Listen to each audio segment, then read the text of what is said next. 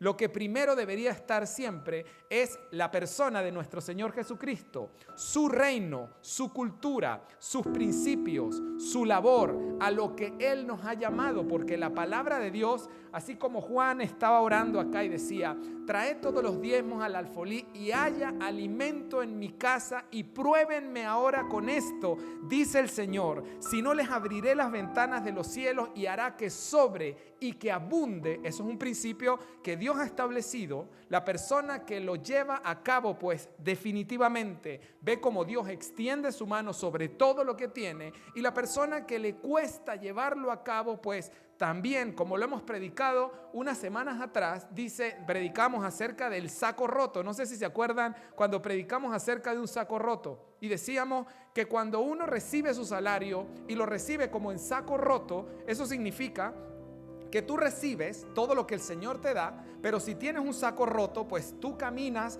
y por abajo se te va saliendo la semilla. Y se te sale la semilla cuando tú dices, bueno, pero si yo cobré hace 3 o 4 días, ¿por qué hoy no tengo dinero? ¿A alguno le ha pasado eso? No todos. ¿A alguno le ha pasado eso? El Señor dice, traigan los diezmos al alfolí y haya alimento en mi casa y haré que sobre y que abunde. Eso es un principio. Está en la palabra. Y nosotros tenemos que vivir por principios. Cuando tú vives por principios, pues el Señor responde porque Él fue el que escribió con su dedo la palabra de Dios y la escribió para bendecirnos. Cuando a nosotros nos cuesta llevar a cabo los principios que están en la palabra de Dios, pues definitivamente nos cuestan porque no creemos en lo que Dios dice. Porque si nosotros creyéramos en lo que Dios dice, pues Dios es el primer interesado, siempre se los he dicho, en cumplir lo que Él mismo ha establecido. ¿Se entiende esto, queridos hermanos? Ahora vamos a hablar un poco acerca de la iglesia. ¿Qué es la iglesia? Para el Señor, ¿qué es la iglesia? Para nosotros, ¿qué es la iglesia? Porque hay personas a las que hay que llevar como empujaditas a la iglesia y hay otras personas que tienen esa convicción de que, sabes, voy a la iglesia porque anhelo estar en la iglesia, anhelo estar en la casa de Dios, anhelo compartir con mis hermanos, anhelo recibir la palabra, yo anhelo. Por ejemplo, yo siempre le decía a mi esposa cuando el Señor nos llamó y éramos unos niños espiritualmente hablando y teníamos esa hambre por conocer la palabra de Dios, yo le decía, tenemos que visualizar la iglesia como una universidad a donde nosotros vamos a educarnos y aprender acerca del Señor. Y esa era siempre nuestra certeza, nuestra convicción. Cuando había una actividad, cuando había algo, proyectaban una película, se compartía. Nosotros queríamos estar en cualquier lugar donde se predicara la palabra, donde los programas de nuestra iglesia madre pues nos ofreciera la oportunidad de tener un crecimiento espiritual. Entonces, no todo el mundo lo ve así. Y esa es la gran diferencia, porque así como hay bendición en obedecer los principios, nuestra vida tiene una relación directa con la palabra de Dios, y la palabra de Dios siempre nos va a direccionar a que somos parte de un cuerpo y que es el cuerpo de nuestro Señor Jesucristo, que es la iglesia. ¿Estamos de acuerdo hasta acá? Salmo 84, la palabra de Dios declara lo siguiente: cuán amables son tus moradas, oh Jehová de los ejércitos. Anhela mi alma y aún ardientemente desea los atrios del Señor. Mi corazón y mi carne cantan al Dios vivo. Aún el gorrión, dice acá, halla casa y la golondrina nido para sí, donde ponga sus polluelos. Cerca de tus altares, oh Jehová de los ejércitos, Rey mío y Dios mío. Después dice, bienaventurados los que habitan en tu casa perpetuamente, te alabarán. Y después hay una palabra que dice Selah. ¿La ven esa palabrita que está en algunos salmos? Después de 3, 4 líneas, hay esta palabra que dice Selah. Esa palabra es una pausa. Cuando ustedes vean esa palabra, deténganse. Cuán amables son tus moradas. Qué hermoso es cuando uno se siente a gusto en un lugar. Cuando uno anhela estar en un lugar. Y esta palabra que está más adelante, cuando él dice, anhela mi alma y aún ardientemente desea los atrios de Jehová. el salmista habla de esta palabra que es anhelar, y anhelar es gritar desesperadamente. O es un grito de guerra cuando los soldados se van a la guerra, que dan un grito para que todo el mundo pueda encenderse en pasión porque tienen un objetivo en común. O el grito que ellos también hacen cuando vienen de una victoria y por supuesto ganaron esa batalla. Eso es anhelar. O el grito que tiene un bebé. No sé si escucharon un bebé hace ratico por ahí. ¿Por qué escucharon a ese bebé? Quiero preguntarles. Porque ese bebé lo que quiere es comer. Cuando un bebé quiere comer, no grita él por la boca, lo que le grita es el corazón, lo que le grita es el alma, lo que le grita es todo. Porque lo único que ese bebé quiere es comer. Ese bebé está anhelando su comida. Cuando un niño recibe ese alimento le da crecimiento, lo nutre y también lo inmuniza de algunas enfermedades y ataques que ese bebé pueda tener. Todos sabemos que la leche espiritual es la palabra de Dios. Y todos sabemos que la leche materna es el mejor alimento que un bebé puede recibir. Así que cuando nosotros recibimos la palabra de Dios, nosotros experimentamos un crecimiento. Nuestro espíritu se nutre. Nosotros tenemos la capacidad hoy de decir que nuestra fe está más fortalecida que hace tiempo atrás, porque estamos expuestos a un alimento que nos está entrando a través del oír, y sabemos que la fe viene por el oír y el oír por la palabra de Dios. Ahora, si cuando nosotros cada día nos despertamos, nosotros anhelamos que nuestra nevera tenga esos ricos alimentos que nos gusta desayunar o en el almuerzo o en la cena, y cuando no hay esos alimentos, pues ya empezamos a hacer gestiones para ver quién los va a comprar. Por favor, cómprame esto, yo me quiero comer el maní que a mí me gusta, quiero comerme los huevitos, la arepa, porque anhelamos que nuestro cuerpo esté fuerte y sabemos que ese cuerpo necesita el alimento para poder funcionar. Espiritualmente hablando, funciona de la misma manera. Cuando nosotros recibimos ese alimento, tenemos el espíritu fuerte. Cuando no recibimos ese alimento, si nos hicieran una radiografía, pues podrían ver que estamos un poco débiles espiritualmente hablando, porque no estamos recibiendo ese alimento. El salmista decía: cuán amables son tus moradas. Y cuando David decía de moradas, esta palabra morar quiere decir vivir. Nosotros estamos morando en nuestros apartamentos porque ahí vivimos, ahí hacemos vida. Pero cuando nosotros nos alejamos de Dios y cuando solamente nos preocupamos por nuestras situaciones cotidianas, de alguna u otra forma, pues estamos alejándonos de esa morada. Cuando nosotros comenzamos la iglesia, el Señor nos dio una palabra y nos enseñaba que el ejército de Israel, cuando iba a una batalla, lo primero que metía eran sus instrumentos. Esto es algo curioso. El hecho de que un ejército vaya a la batalla, pero dice que no se nos queden nuestros instrumentos. Y ahí descubrimos nosotros el hecho de que los instrumentos son definitivamente armas de guerra. Que cuando nosotros cantamos, que cuando nosotros levantamos, que cuando nosotros aplaudimos, que cuando no importa que seamos afinados o desafinados, simplemente nos olvidamos de la persona que está a nuestro lado y levantamos nuestras manos y nos conectamos con el Señor, pues Él está peleando nuestras batallas. Y cuando el Señor pelea una batalla, siempre la va a ganar. Pero esto es una cuestión de fe. La persona que lo recibe en fe, pues sencillamente lo ejecuta y anhela estar en la casa del Señor, porque es ahí donde la alabanza sube como olor fragante delante de la presencia de Dios y milagros ocurren en ese preciso momento. ¿Cuántos lo creen en esta tarde? Podemos darle un fuerte aplauso al Señor. ¿Cómo es posible que frente a estas verdades y frente a estas realidades que se nos exponen a nosotros, que muchos de nosotros en este momento las estamos simplemente reafirmando, porque no es información nueva para todo el mundo?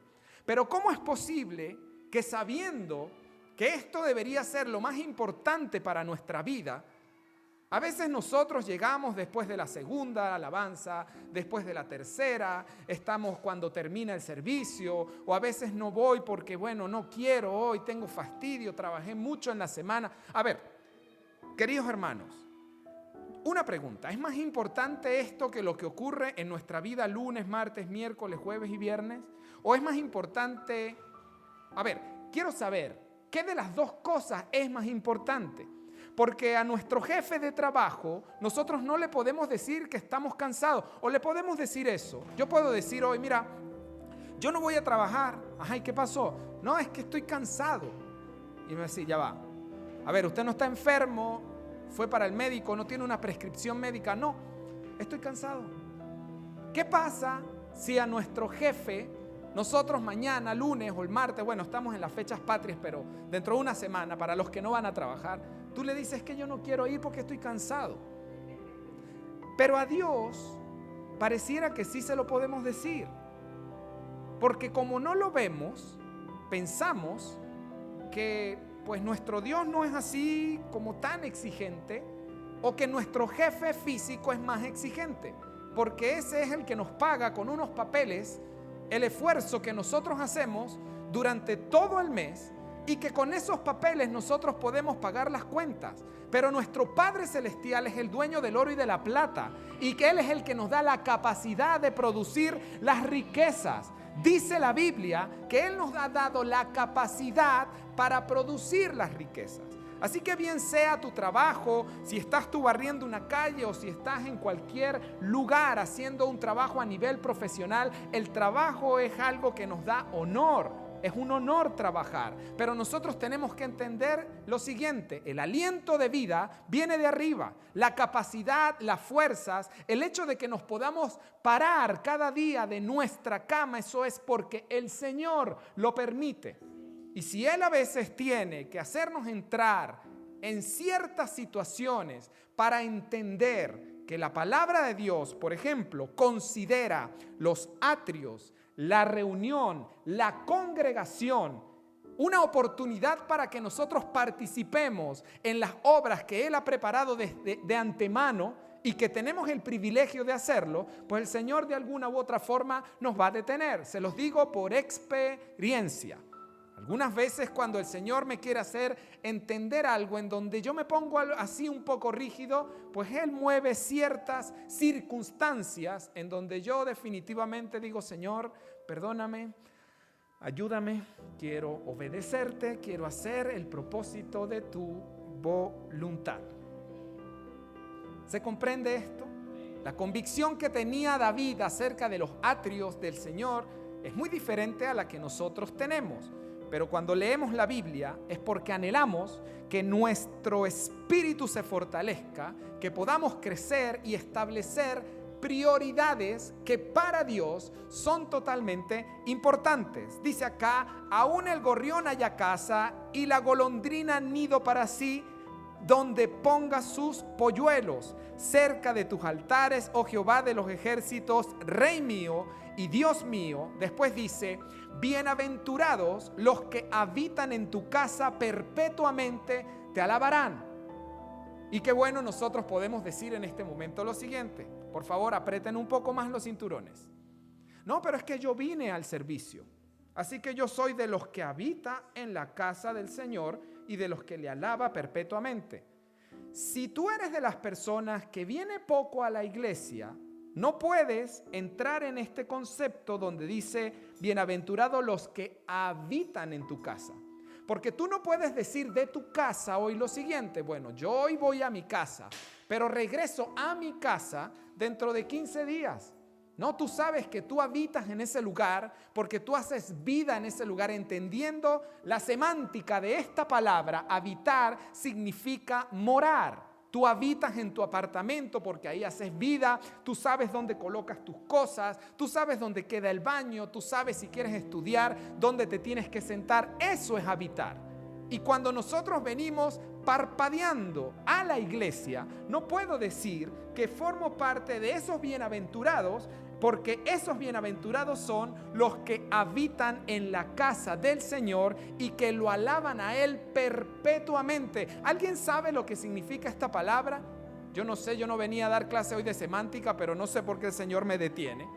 ¿Alguien sabe lo que significa la palabra perpetuamente en vista de que ya lo hemos dicho otras oportunidades? ¿Qué significa perpetuamente? Perpetuamente significa lo siguiente: bien sea con o sin. Ya no tengo más nada que decir, era eso. Perpetuamente significa bien sea con o sin. ¿Se entendió eso? Porque qué fácil es cuando uno tiene todo y dice, bueno, vamos a la iglesia. Pero a veces cuando uno no tiene ánimo, entonces dice, bueno, yo cuando tengo ánimo voy. Pero cuando no tengo ánimo, pues no voy. Pero perpetuamente significa bien sea con o sin, bien sea con o sin ánimo, bien sea con o sin ganas, bien sea con o sin dinero, bien sea con o sin trabajo, bien sea con o sin lo que tú quieras. Cuando tú alabas al Señor perpetuamente, tú puedes decir, yo soy de los que habita en la casa del Señor y lo alabo a Él perpetuamente. ¿Se comprende? Impresionante, porque cuando hay revelación de la palabra, cuando la palabra se nos revela, no, ya la iglesia no es así como que, pero ahorita quiero, no quiero, no, yo quiero que Dios me bendiga. Y porque quiero que Dios me bendiga, yo voy a hacer lo que Dios demanda. Y porque anhelo lo que Dios demanda, pues yo quiero aprender, quiero estar de primero, entrar de primero y salir de último. Por eso al principio yo decía, hay personas a las que uno las tiene que llevar como empujaditas, pero hay otras que están ahí de primero y dice, ¿qué es lo que hay que hacer? Yo lo quiero hacer. Heme aquí, envíame a mí. Eso era lo que orábamos antes de comenzar el servicio. Heme aquí, Señor, envíame a mí lo que tú quieras hacer. Yo lo quiero hacer, yo quiero ser parte de los que hacen que las cosas pasen. No quiero ser de los que solamente ven cómo las cosas pasan. ¿Estamos de acuerdo? Dice acá el versículo 5, porque aquí vamos: bienaventurado el hombre que tiene en ti sus fuerzas. Pausa, coma, detengámonos nuevamente. Bienaventurado el varón el que tiene en ti sus fuerzas. ¿De dónde vienen nuestras fuerzas? Vienen del Señor. Y eso debe demostrarse de la boca para afuera y también de la boca para adentro. No solamente decirlo, hay que hacerlo. ¿Se entiende? Dice acá, en cuyo corazón están tus caminos, atravesando el valle de lágrimas, lo cambian en fuente, cuando la lluvia llena los estanques, irán de poder en poder. Impresionante. Me gusta tanto este salmo. Esta es la perla de los salmos. Este salmo que hoy estamos leyendo, queridos hermanos. Irán de poder en poder. Transformar un valle de lágrimas en una fuente. Eso solamente ocurre cuando tú estás morando y estás esperando y atravesando el desierto y sin embargo sigues alabando al Señor y llega un momento en donde esa lluvia cae y tú le das el honor y la gloria al Señor porque tú estabas haciendo lo que a ti y a mí nos correspondía hacer, esperando el momento, aguantando el momento difícil y sabiendo que los desiertos tienen un límite de entrada y también un límite de salida, pero es mejor estar en ese desierto de la mano del Rey de Reyes y confiando y esa palabra fluyendo y nosotros activamente esperándolo a Él, pero cuando Él viene y cuando nos rescata como héroe, nosotros sabemos que Él ha sido el que ha obrado de una manera maravillosa en nuestras vidas. ¿Se comprende? Irán de poder en poder, irán de poder en poder. Podemos subrayar esto, que si yo estoy morando en la casa del Señor, si yo vivo en su presencia, la Biblia declara que tú y yo iremos de poder en poder. ¿Quieres reforzar esto? Dice la Biblia, la gracia postrera siempre será mayor que la primera. Así que nosotros vamos en crecimiento. Y en la medida que vayamos en ese crecimiento, nosotros también tenemos que entender que el crecimiento exige compromiso. No es solamente crecer porque tú tienes los ojos bonitos, El Señor no te va a hacer crecer porque tú tienes los ojos bonitos y una sonrisa brillante. No. Eso exige que nosotros seamos de los que hacen que las cosas pasan. Pero la fe viene por el oír por la palabra, y nosotros tenemos que ensanchar cada día más nuestro espíritu y caminar en fe sobre las aguas sin hundirnos, porque nuestros ojos están puestos en el Rey de Reyes y Señor de Señores. Porque la palabra dice que Él es el que cambia nuestro lamento en baile o en danza. Él cambia nuestro lamento en danza. Hay personas que danzan y cuando danzan no le importa si los están viendo o no los están viendo, si lo está haciendo bien, si no lo está haciendo bien. No le importa absolutamente nada. ¿Se acuerdan de David? Estamos hablando de David. Que David llegó un momento que estaba bailando y no sé qué pasó con la ropa, se le cayó y él seguía bailando. Y su esposa estaba avergonzada porque él estaba bailando y la gente lo estaba mirando. Y decía, a mí no me importa, yo estoy bailándole al Señor. Pero solamente eso ocurre cuando tú tienes un corazón que explota de agradecimiento al Señor. Es un corazón que explota de agradecimiento. Porque sabes que el Señor ha sido el que ha peleado cada una de tus batallas. Dice acá, verán a Dios en Sión, Jehová Dios de los ejércitos. Oye mi oración, escucha, oh Dios de Jacob. Y nuevamente dice, Selah. ¿Lo vieron? No voy a retroceder porque ya lo explicamos. Tenemos que seguir avanzando. ¿Qué significa Selah? Es una pausa. Y a partir del verso 9 al 12, la palabra declara, mira, oh Dios, escudo nuestro, y pon los ojos en el rostro de tu ungido, porque mejor es un día en tus atrios que 1000 fuera de ellos. Esto nos obliga, yo dije que estamos apreciando una hermosa perla, pero ¿cuántos han estado caminando por años sin la presencia de Dios? A ver, levantemos las manos, por favor. Hemos estado caminando sin Él. ¿Sabemos lo que es estar del otro lado de la moneda? Caminando sin Él, Señor. Qué triste o qué lleno de lágrimas está ese camino. Qué lleno de equivocaciones está ese camino. Qué lleno de incongruencia, qué lleno de inestabilidad. Qué lleno de palabras que son mentira, qué lleno de decepciones, caminar sin Dios. Y David dice, es mejor estar un día en tus atrios que 1000 fuera de ellos.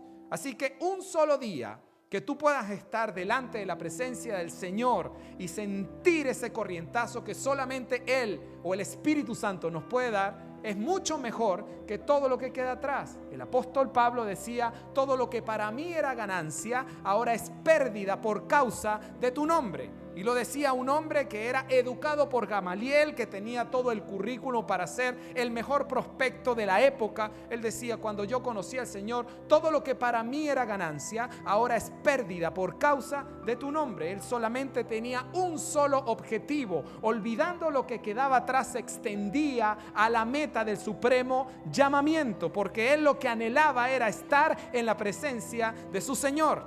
Impresionante. Porque ahí en ese espejo, cada uno de nosotros estamos obligados a vernos. Tenemos que colocar el espejo y decir, bueno, este es el estándar de una persona que está encendido en fuego y pasión por Dios. ¿Cómo estoy yo? ¿Qué tengo que hacer? ¿Por qué no puedo sentir lo que otras personas de repente yo los veo que están sintiendo? ¿Qué es lo que pasa conmigo? Queridos hermanos, hay un precio que pagar y cada una de nuestras acciones, cada una de nuestras palabras, cada una de nuestros sí, de nuestros no, de los que puede ser a lo mejor o yo estoy o no estoy, todo, cada una de nuestras decisiones toca una cuerda en nuestra eternidad y nos enciende o nos apaga. Pero la responsabilidad de encender ese fuego está en nosotros. Dios no lo va a encender por ninguno de nosotros. Es bueno decirlo, porque Él nos ha dicho a nosotros que avivemos el fuego del don de Dios que está en cada uno de nosotros.